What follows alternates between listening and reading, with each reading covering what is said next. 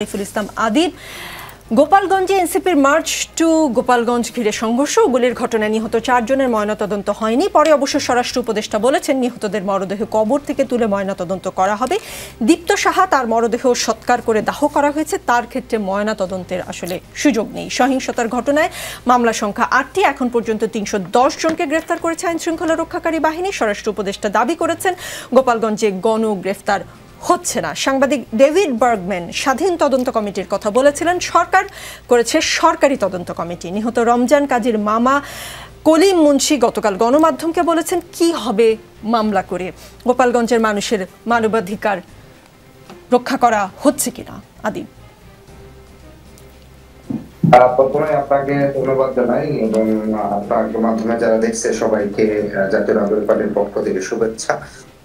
আপনারা দেখেন যে গোপালগঞ্জে মার্চ টু গোপালগঞ্জ সেই কর্মসূচিকে ঘিরেই যে আসলে সহিংসতা হয়েছে বিষয়টি এরকম না, বরঞ্চ আমাদের সারা দেশের যে ধারাবাহিক পদযাত্রা ছিল সেটা যখন গোপালগঞ্জ পৌঁছেছে, সেই গোপালগঞ্জ পৌঁছানোর পূর্বেই সন্ত্রাসবাদী আওয়ামী লীগ তার গোপালগঞ্জে সারা দেশে ছাত্রলীগ যুবলীগের সন্ত্রাসীদেরকে সংগঠিত করে একটি সশস্ত্র জঙ্গি স্টাইলে আমাদের উপর হত্যা চেষ্টার উদ্দেশ্যে হামলা করেছে।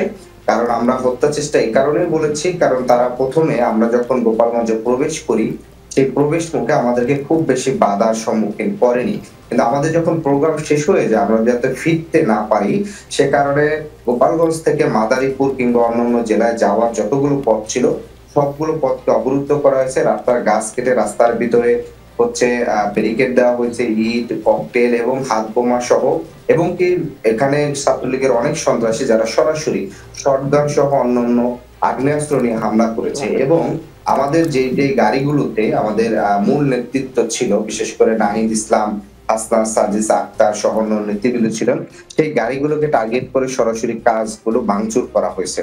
ফলশ্রুতিতে আমরা সেখানে মার্চ টু গোপালগঞ্জ করি, বিক্ষোভ করি, পদযাত্রা করি, যে নামই সমাবেশ করি না কেন, যে রাজনৈতিক অধিকারের জায়গা থেকে আমরা যে কোনো কর্মসূচি করতে পারি, কিন্তু সেটাকে আওয়ামী লীগই বরঞ্চ আমরা দেখেছি প্রতিবেশী রাষ্ট্রের মিডিয়াগুলো সেটাকে এমন ভাবে ছড়িয়েছে যে আমরা টুঙ্গিপাড়ায় যাব কিংবা তার মাজার ভাঙচুর করবো। এই গুজবটি ছড়িয়ে আওয়ামী লীগের সারা দেশে যত সন্ত্রাসী আছে তাদেরকে সেখানে সংগঠিত করেছে। প্রথমত অবশ্যই গোপালগঞ্জে যারা সাধারণ নাগরিক সেখানে যারা বসবাস করে, সেখানে প্রত্যেকটি নাগরিকের মানবিক অধিকার, তার রাষ্ট্রীয় যে অধিকার পাবে সেটার জন্য আমরা অবশ্যই সেটা আমরাও দাবি জানাই। এবং এখানে যখন বলা হয় যে গোপালগঞ্জ বাসী হামলা করেছে, আমরা সেই কথাটারও প্রতিবাদ জানাই, কারণ এই হামলাটা কোনোভাবে গোপালগঞ্জ বাসী করেনি, বরঞ্চ সারা দেশ থেকে যেসব সন্ত্রাসীদেরকে আওয়ামী লীগ সংগঠিত করেছে। এবং আমরা সেটি একটি জাতীয় দৈনিকের প্রতিবেদনও দেখবেন, বিশেষ করে যুগান্তর সহ বেশ কয়েকটি প্রতিবেদন করেছে যে সারা দেশ থেকে সেখানে সন্ত্রাসীদের সংগঠিত করে শেখ হাসিনা নিজে সরাসরি এই হত্যার নির্দেশনা দিয়েছেন।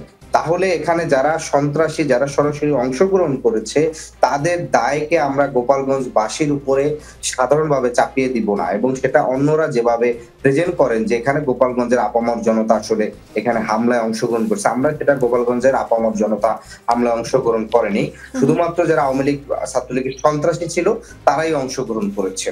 ফলশ্রুতিতে এখানে আইন শৃঙ্খলা বাহিনী একটি প্রায় আমি বলবো বিশেষ করে সরকারি যে সংস্থা তারা একটা কিন্তু ব্যর্থতার পরিচয় দিয়েছেন, কারণ তারা যে 15 দিন ধরে বিভিন্ন জেলা থেকে সন্ত্রাসীদেরকে সংগঠিত করছে সেই তথ্যটি তাদের কাছে সঠিকভাবে ছিল কিনা সেটি নিয়ে আমাদের প্রশ্ন আছে। তাহলে যদি থাকে তাহলে তারা কেন একটা রাজনৈতিক দলের একটা স্বাভাবিক একটা কর্মসূচি ছোট করে পথসভা করা সেটির কেন তারা নিরাপত্তা নিশ্চিত করতে না? এর পূর্বে আমরা দেখেছি সেখানে জাতীয়তাবাদী দলে বিএনপির একটা কর্মসূচির আয়োজন ছিল, সেখানে তারা হামলা করে জেলা স্বেচ্ছাসেবক দলের সাধারণ সম্পাদককে তারা হত্যা করেছে।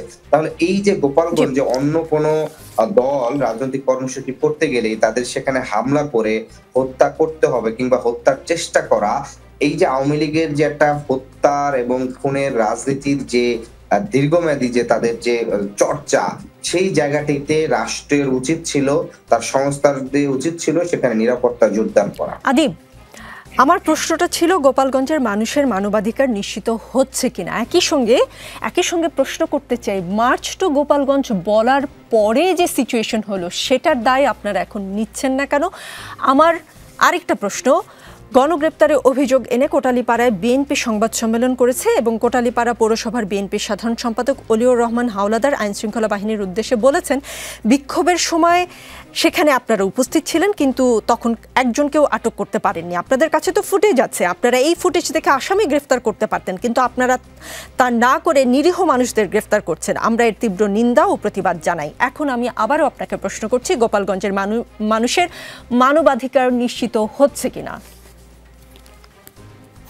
আমি সেই বিষয়টি বলেছি যে প্রশাসন তাদের পূর্বের যে ব্যর্থতা, সে ব্যর্থতা ঢাকতে গিয়ে আরো একটি ব্যর্থতার নজির স্থাপন করছে। আমরা গতকালকে একটি পত্রিকায় নিউজে দেখেছি যে একজন বাবা তার কন্যার জন্য সম্ভবত দুধ কিনতে গিয়েছেন, তাকে আটক করে গাড়িতে তোলার চেষ্টা করেছে। তাহলে পূর্বের যারা 15 দিন ধরে গোপালগঞ্জে যেসব আওয়ামী লীগ যুবলীগের সন্ত্রাসীদেরকে একত্রিত করলো, তখন তাদেরকে গ্রেপ্তার করতে সক্ষম হননি, কিন্তু এখন যে সাধারণ ভাবে যদি সেটা সাধারণ মানুষের অধিকার খর্ব হয়, সেটা তো অবশ্যই কোনোভাবে সেই খর্বটা হওয়া উচিত না।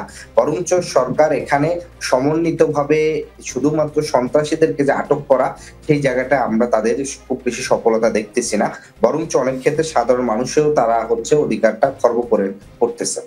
জি, আমার এই প্রশ্নটার উত্তর কি আমি পেলাম? আমি প্রশ্ন করেছিলাম যে গোপালগঞ্জের এখন আপনি বলছেন যে গণগ্রেপ্তারের কথাটা কাইন্ড অফ আপনি বলছেন হচ্ছে, আপনার কথা শুনে মনে হচ্ছে বিএনপির নেতারাও বললেন যে গ্রেফতারের বিষয়টি, কিন্তু প্রশাসনের উপর দায় দিয়ে কি আসলে আদিব এনসিপি পার পেতে পারে? এনসিপি মার্চ টু গোপালগঞ্জ না বললে কি এই অবস্থা তৈরি হতো?